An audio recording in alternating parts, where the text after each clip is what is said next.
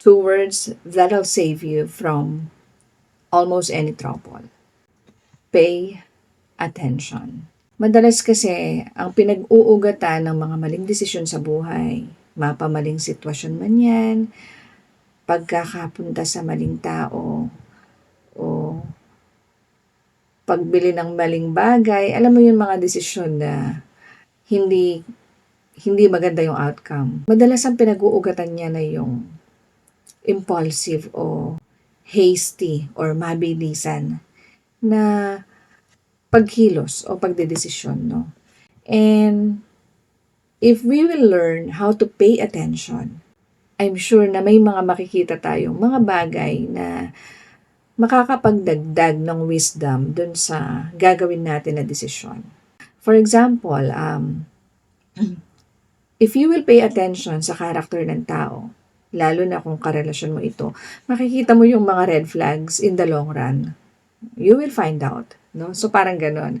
If you will pay attention sa mga sitwasyon na hindi ka naman pala dapat na naroon, if you will give yourself some time to observe and, alam mo yun, pag-aralan, makikita mo kung nasa tamang sitwasyon ka ba. Actually, when it comes to paying attention, marami kang makikita sa Proverbs na verses, and it's actually equated to paying close attention or hearing the instructions of the Lord. Doon daw nanggagaling yung wisdom, no? Because paying attention is equivalent to heeding to instructions, no? Whether instruction man yan ng tao or instruction ng Panginoon, no?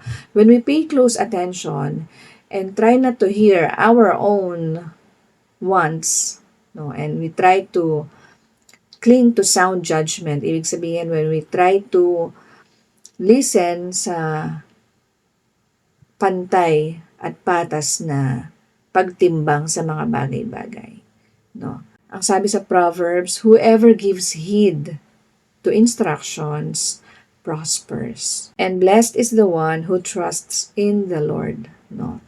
So, may kaakibat daw na blessing when we pay attention, we heed to instructions, no? We prosper and we are blessed, no? Lalo na kung ang tiwala natin na sa Panginoon, no? So, wag natin kakalimutan yun. Ako man, no, na yun, to pay close attention. Kahit sino man ang kasama ko, kung sino man ang kausap ko, kung ano man ang sitwasyon na papasukin ko, I pay close attention. And it saved me from a lot of trouble. Kasi, doon nagsisimula yung dependence and pag-consult muna sa Lord kung ano ba itong gagawin ko, no? So, yun lang. If you like my content, please follow or subscribe to my page. And also, if you like my Christian shirt, ayan, kita nyo naman, no? Go ahead and visit Rhythms of Grace sa kanilang IG and Facebook page. And you can order this cool Christian statement shirt. Sobrang ganda ng mga shirts nila. Abangan nyo yung ibang mga shirts na ife-flex ko, ife-flakes ko dito sa aking mga pages. Maraming salamat po. Ako si Ann Takashi. God bless po.